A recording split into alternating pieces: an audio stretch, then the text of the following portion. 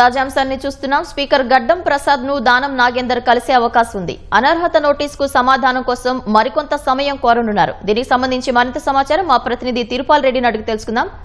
Tirupal Reddy, speaker గడ్డం ప్రసాద్ ను దానం నాగేందర్ కలిసే అవకాశానికి సంబంధించి వివరాలేంటి? పవిత్ర, బీఆర్ఎస్ బీఫార్మ్ మీద గెలిచిన 10 మంది ఎమ్మెల్యేలు కాంగ్రెస్ పార్టీలో చేరినట్లుగా 10 మంది మీద అనర్హత వేటు వేయాలని చెప్పి బీఆర్ఎస్ నాయకులు స్పీకర్ ను కోరారు. స్పీకర్ జాప్యం చేస్తున్నారని చెప్పి హైకోర్టును ఆశ్రయించారు. హైకోర్టు ఇచ్చిన తీర్పు మీద సంతృప్తి చెందని బీఆర్ఎస్ నాయకులు సుప్రీంకోర్టును ఆశ్రయించారు. సుప్రీంకోర్టు ఈ విషయం పైన విచారణ చేసి 90 రోజుల లోపల బీఆర్ఎస్ ఏదైతే దాఖలు చేస్తారో ఆ పిటిషన్ల మీద విచారణ పూర్తి చేయాలని చెప్పి ఆదేశించింది. అయితే వివిధ కారణాల వల్ల స్పీకర్ సుప్రీంకోర్టు ఇచ్చిన సమయం లోపల పూర్తి చేయలేకపోయారు.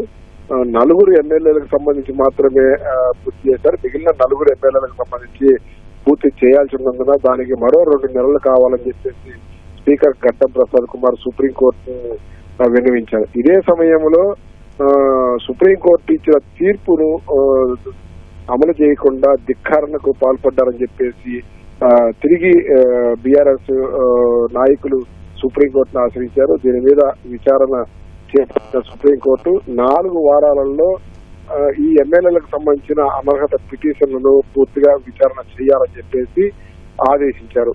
ఈ నేపథ్యంలోనే స్పీకర్ 2వ విడత మరో 4 ఎమ్మెల్యేలకు సంబంధించి విచారణ పూర్తి చేశారు.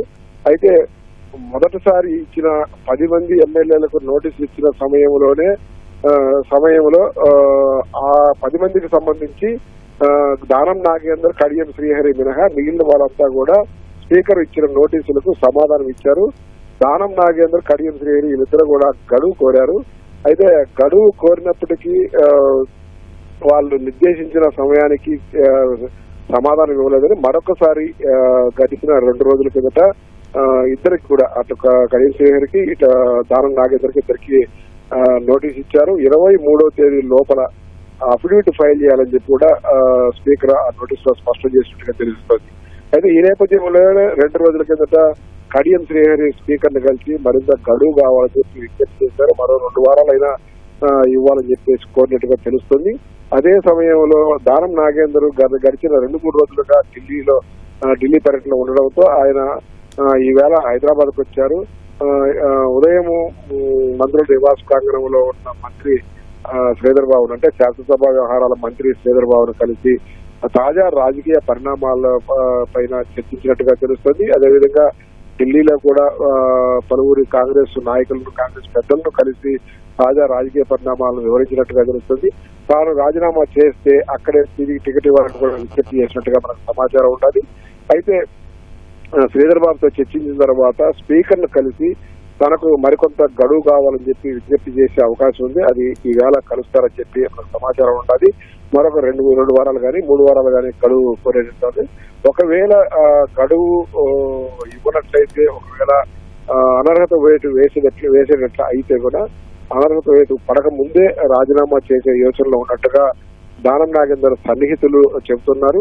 అయితే అనర్హత వేటు వేసినట్లయితే కూడా తిరిగి పోటీ చేసేదానికి కానీ ఇతర అంశాలకు కానీ కొంత సాంకేతికపరమైన ఇబ్బందులు ఎదురవుతాయి కాబట్టి అనర్హత వేటు వేయక ముందే రాజీనామా చేయాలని యోచిస్తున్నట్టుగా తెలుస్తుంది. దీనికి సంబంధించి అటు ముఖ్యమంత్రిని కూడా సంప్రదించి చర్చించే అవకాశాలు కనిపిస్తున్నాయి. ఈ సాయంత్రం లోపల స్పీకర్ గడ్డం ప్రసాద్ కుమార్ ను కలిసి దానం నాగేందర్ మనకు కొంత సమయం అడిగే అవకాశం ఉంది. ధన్యవాదాలు తిరుపాల్.